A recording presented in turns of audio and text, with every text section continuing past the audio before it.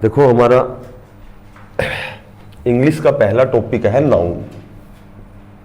सबसे पहले हम, चूंकि टेंस तो लगभग सभी को आते हैं, हम शुरू करते हैं नाउन से। सबसे पहला जो टॉपिक है नाउन।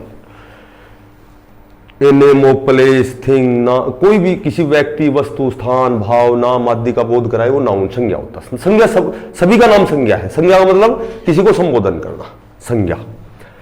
तो इसमें चूंकि छठी, सातवीं, आठवीं में हमने सीख लिया था कि हिंदी में संज्ञा के 3 भेद होते हैं और इंग्लिश में भी 3 ही होते हैं, लेकिन अंग्रेजी में 5 भेद बना दिए। जैसे संज्ञा के 3 भेद होते हैं। कौन कौन से होते हैं? एक तो व्यक्तिवाचक होता है, एक होता है जातिवाचक और एक होता है भाववाचक। पर जो कॉमन नाउन होती है, जो जातिवाचक संज्ञा होती है, ठीक है, इसके 2 उपभेद होते हैं। एक तो होता है द्रव्यवाचक और एक होता है समूहवाचक। तो यहां अंग्रेजी में इन 5 को अलग अलग बना दिया। व्यक्तिवाचक, जातिवाचक, भाववाचक। जातिवाचक के 2 उपभेद हैं, द्रव्यवाचक और समूहवाचक। यहां नाउन के सबसे पहले तो बना दिया प्रॉपर नाउन। प्रॉपर नाउन का मतलब होता है व्यक्तिवाचक संज्ञा। उसके बाद में दूसरा बना दिया कॉमन नाउन, और कॉमन नाउन का मतलब होता है कि जातिवाचक। और जो तीसरा भेद बना दिया वो बना दिया मटीरियल नाउन। मटीरियल नाउन होता है द्रव्यवाचक। और चौथा भेद बना दिया कलेक्टिव नाउन।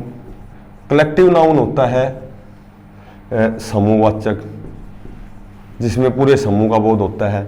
और उसके बाद बना दिया अब्स्ट्रैक्ट नाउन। अब्स्ट्रैक्ट नाउन होता है भाववाचक संज्ञा। तो तुम्हें केवल छोटी सी बात ही ध्यान रखनी है नाउन में। व्यक्तिवाचक जो प्रॉपर नाउन होती है, पार्टिकुलर कोई एक व्यक्ति या वस्तु होती है, पार्टिकुलर एक। जैसे मैं कहूं कि गंगा, गंगा चूंकि एक नदी है तो गंगा एक प्रॉपर नाउन है। राम, मोहन, श्याम, गंगा। जैसे हिमालय, हिमालय पार्टिकुलर एक पर्वत है, तो ये प्रॉपर नाउन हो गए। और मैं कहूं कि नदी, जैसे मैं कहूं कि रिवर, अब रिवर नदी है, सभी नदियों का बोध कराती है, ठीक है। कॉमन नाउन तो वे होते हैं जो सभी समस्त जाति का बोध कराते हैं, और प्रॉपर नाउन वो होता है जो पार्टिकुलर किसी एक व्यक्ति, वस्तु विशेष का बोध कराता है। मटीरियल जो नाउन होता है, रसोई का जितना भी सामान है वो सभी मटीरियल नाउन में आता है। रसोई का वाटर, वुड, जैसे ऑयल, तेल, पानी, लकड़ी, जल, ये सभी मटीरियल नाउन में आते हैं। वाटर, वाटर कौन सी नाउन है? तो वाटर मटीरियल नाउन है। समूहवाचक में जैसे जो पूरे समूह का बोध कराता है, जैसे सभा, सेना, जैसे सभा, सेना समूह का बोध कराए, कक्षा, वर्ग। तो मोटी बात यह है जो पूरे समूह का बोध कराए वो कलेक्टिव नाउन होती है। इसमें जो मेन तुम्हें ध्यान रखना है, केवल एक ही बात ध्यान रखनी है कि जो अब्स्ट्रैक्ट नाउन होती है, whose things we cannot touch them, जिनको हम स्पर्श नहीं कर सकते, वे सभी अब्स्ट्रैक्ट नाउन होते हैं।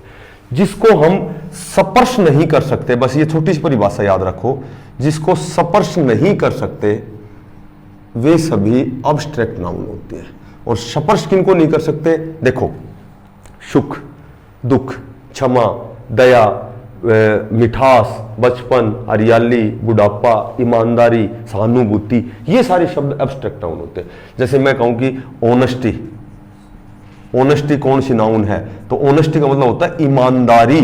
और ईमानदारी, ऑनेस्टी होती है ईमानदारी, ऑनेस्ट होता है ईमानदार। ईमानदार, राम ईमानदार है तो राम को हम छू सकते हैं, और राम उसकी ईमानदारी, ईमानदारी को नहीं छू सकते।